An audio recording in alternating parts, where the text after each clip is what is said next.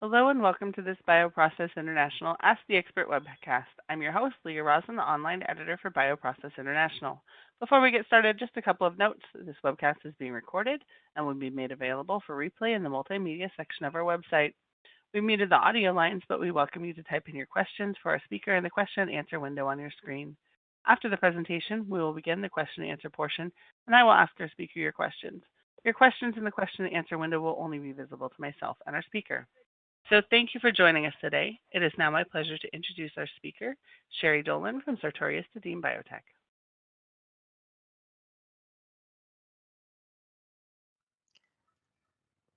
Hello, everyone. Thank you very much for joining.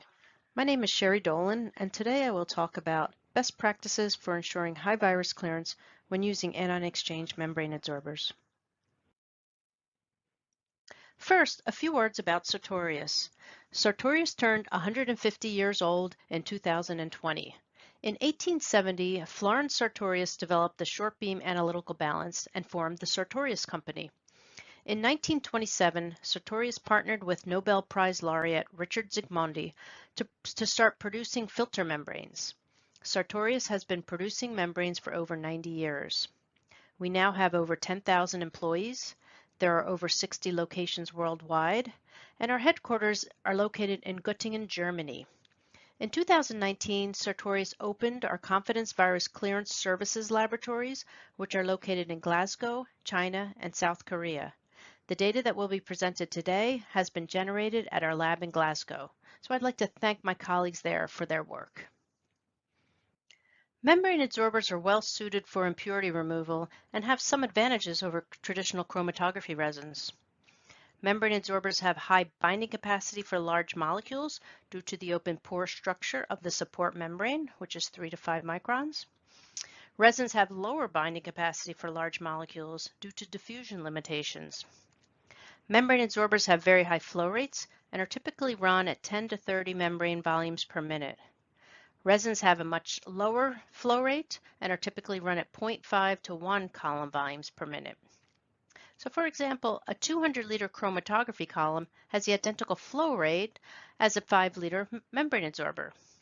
And it is possible to replace a 200-liter chromatography column with a 5-liter membrane adsorber for flow-through polishing. Because of the high flow rate of the membrane adsorber, combined with the low surface area needed, the membrane adsorber requires greater than 75% less buffer. The full capacity of the membrane adsorber may be utilized, hence they are scaled up based on needed capacity. Resin chromatography columns are scaled up based on a required flow rate, and this results in excess capacity. Considerations for achieving high Lrvs. There are 4 basic categories that need to be considered. The first category is buffer conditions. Choosing the optimal buffer conditions is necessary. For flow-through virus removal applications, we need to choose the condition where the virus binds to the membrane and the product does not. So this presentation will focus on using membrane adsorbers in the flow-through mode only and will not address using the membrane adsorbers in the bind and elute mode. The optimal conditions are dependent on the chemistry of the membrane along with the molecule properties. Next, we have loading capacity. Overloading the membrane can result in low virus retention and impurity clearance, while underloading the membrane will result in excessive manufacturing costs, especially at large scale. It is important to consider the impact of loading on the overall performance of the membrane adsorber. The true loading capacity for virus clearance can only be determined by taking fractions during the virus spiking study. We will discuss this further in the next slides. Device handling is important, especially for the small-scale devices. Wetting must be performed properly. We have experienced variable retention results when the membrane was not properly wetted. The small-scale device that we use to achieve high loading capacities is only 80 microliters, and one trapped air bubble may interfere with the performance. Therefore, we recommend to use a pre-filter, which will trap air, which may come from the system, and it will also remove large particles in the feed stream, which may lead to pressure increase. The last category is product binding. Since we are loading a large amount of product, which should flow through the membrane, A small amount of product binding to the membrane will inhibit and compete with virus binding. So we need to keep in mind that high recoveries do not ensure the product is not binding. Next, we will go into more detail regarding buffer conditions and the importance of determining the maximum loading capacity. Buffer condition effect on virus retention. The study here shows the effect of varying buffer conductivity on virus retention. The Sartorius Q-Pico device was used. Product was diluted into a neutral buffer, loaded at a flow rate of 10 membrane volumes per minute, and loaded to a capacity of 20 kilograms per liter for the Q membrane and 1 kilogram per liter for the salt-tolerant stick membrane. The x-axis shows buffer conductivity ranging from 5 to 20 millisiemens per centimeter. The y-axis shows Lrv of MVM virus. The results show good virus retention on the Q membrane up to and including 10 millisiemens per centimeter. At conductivities higher than 10, such as 18 tested here, as expected, we see a loss of virus retention. The salt-tolerant stick membrane, which is designed to be used with higher conductivity solutions, showed complete virus clearance at conductivity of 8 millisiemens per centimeter. Therefore, when using high conductivity buffers in your process, the stick membrane is the appropriate membrane to choose. Here is an example of determining the maximum loading capacity through fractionation when no impurity removal is needed. And impurities we're talking about are impurities such as DNA and host cell proteins. This would be the case when the membrane adsorber is used as the third chromatography step, and the expected capacity on the membrane adsorber would be between 2 and up to greater than 20 kilograms per liter. In order to determine an accurate loading capacity, whether it's 2 or 20 kilograms per liter, the membrane should be loaded to high capacity, such as 20 kilograms per liter, and fractions should be collected to determine virus breakthrough. We want to look for a decrease in virus retention with an increase in loading. Then we should pull the appropriate fractions to achieve the desired Lrv. So in this case, all fractions showed complete virus retention, and the resulting pull showed 5.77 Lrv of MVM. So in this situation, the maximum loading capacity is 20 kilograms per liter or greater. How about determining the maximum loading capacity when impurity removal is also needed? This would be the case when the membrane adsorber is used as the second chromatography step, for example, after affinity chromatography. Here we would expect the maximum capacity to be between 0.1 up to 3 kilograms per liter, which is considerably lower than when no impurity removal is needed. In this study, the Sartorius stick membrane was loaded to a capacity of 5 kilograms per liter, and 8 fractions were collected. Here we see a loss of virus retention with increasing loading, which is due to impurity binding. At loading capacities greater than 1 kilogram per liter, virus binding decreases. So it's very important to pull the appropriate fractions to achieve the desired Lrv. If we were to pull the entire load, which would be up to 5 kilograms per liter, we would only achieve 3.15 Lrv of MVM. To increase the Lrv and to have a more robust virus clearance process, we need to pull a lower load volume, such as 1 kilogram per liter, where we would then achieve greater than 4.67 Lrv. Additional factors which may interfere with virus binding: virus prep purity. We know that anion exchange membrane adsorbers will readily bind impurities such as DNA and host cell protein, and impurity binding will lower the capacity of the membrane to bind virus, as shown in the previous slide. Crude virus preps are commonly used to validate chromatography resins, but may not be appropriate to use to validate membrane adsorbers, because we would like to utilize the full capacity of the membrane, and the impurities may limit virus binding capacity. This study shows the effect of using a crude virus prep compared to using a purified virus prep. A Sartorius Q-Pico was loaded to 10 kilograms per liter at a flow rate of 20 membrane volumes per minute. 5 fractions and a final pull were collected and assayed.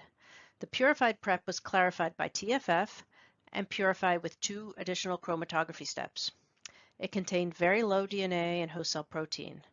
As shown on the gray bars on the graph, there was no virus breakthrough in the fractions, and the resulting pool showed greater than 5.89 Lrv.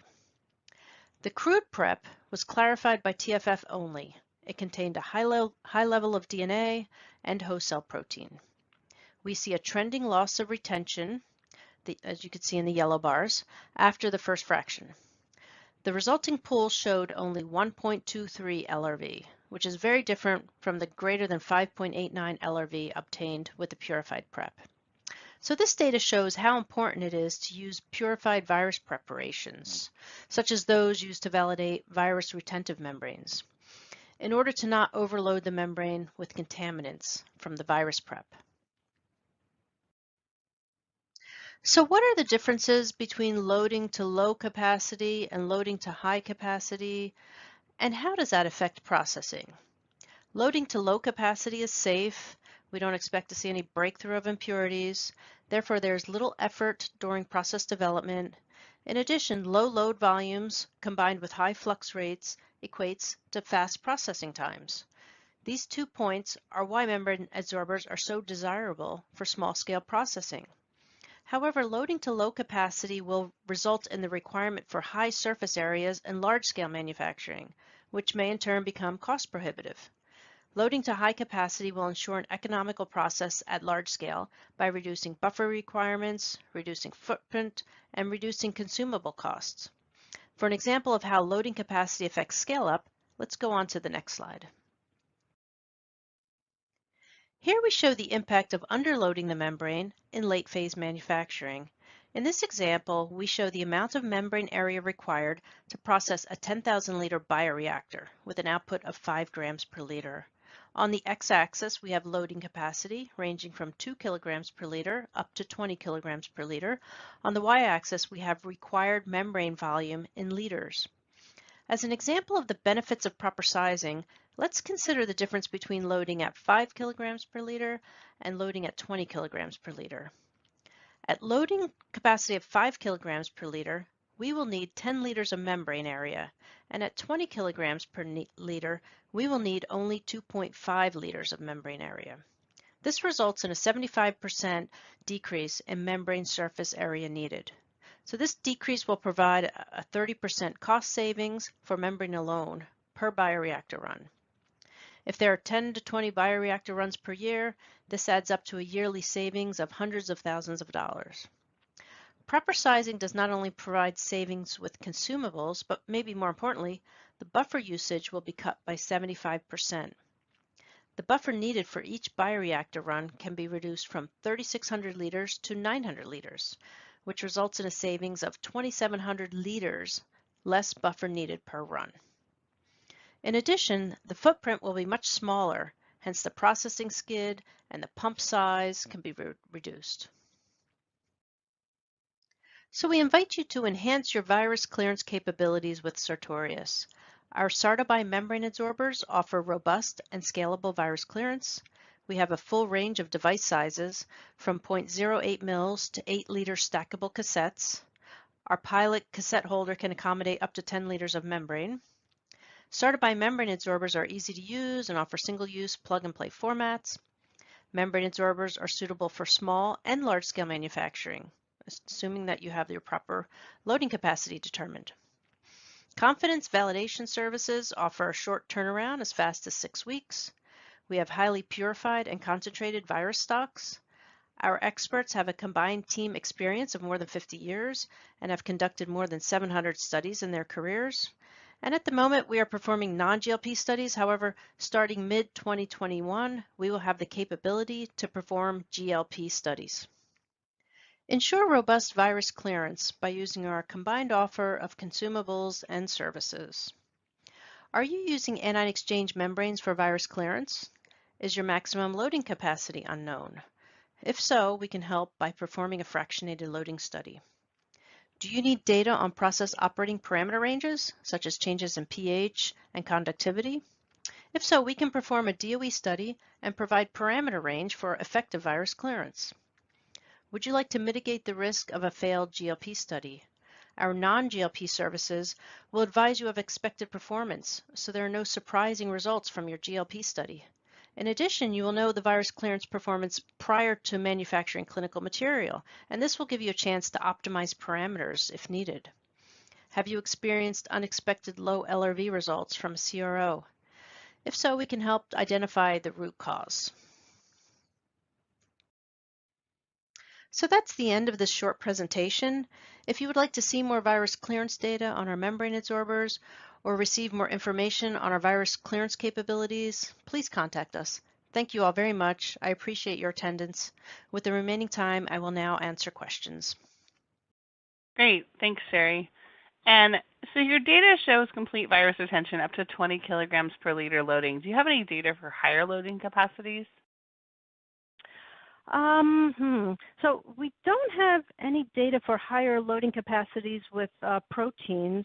However, we have performed some runs with buffer alone, and we simulated the volume that we loaded with our 20 kilogram per liter runs, actually the data that I showed in the presentation, and we loaded twice that amount onto the membrane adsorber, and we found that we had very good virus clearance up to which would have been about 30 kilograms per liter, and then we started to see a virus decline. So the membranes can handle, we believe, anywhere between 20 and 30 kilograms per liter loading.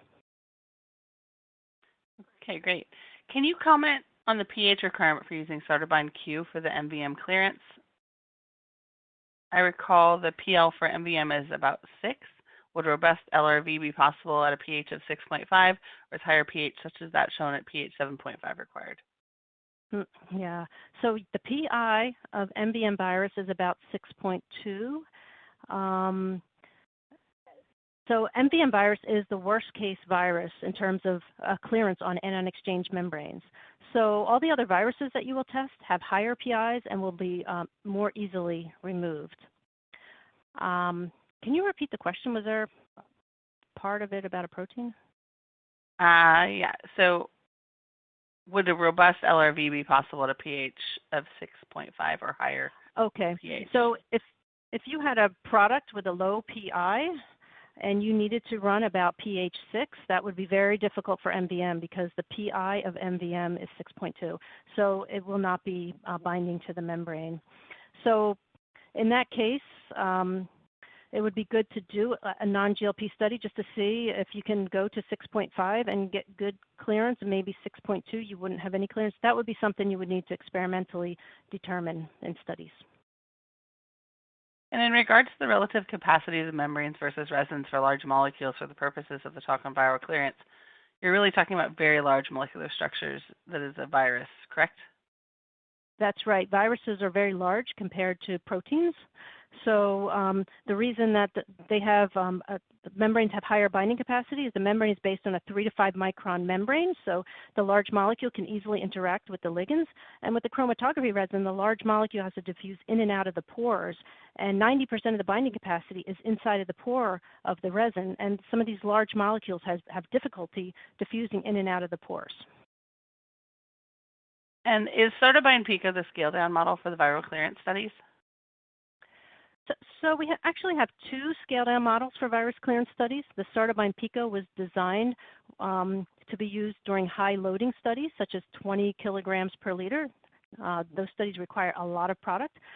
We also have a device, a 1 mil nano device, and that could be used if you are doing studies with lower loading capacity, say 1 or 2 kilograms per liter loading capacity. The nano device would be the one to use, but we actually have 2 that we offer, and they both work very well. Okay, so I think we have time for just one more question. If we didn't get to your question, or if you still have questions to ask, go ahead and type them in. We'll pass them along to Sherri, and she can follow up with you directly. But the last question for the webcast is, how do you explain the high Lrv with crude prep at low load, 1 kilogram per liter on slide 8? Okay, so the crude prep, the first fraction, as you're putting the material through the membrane, all of the viruses is being trapped by the membrane.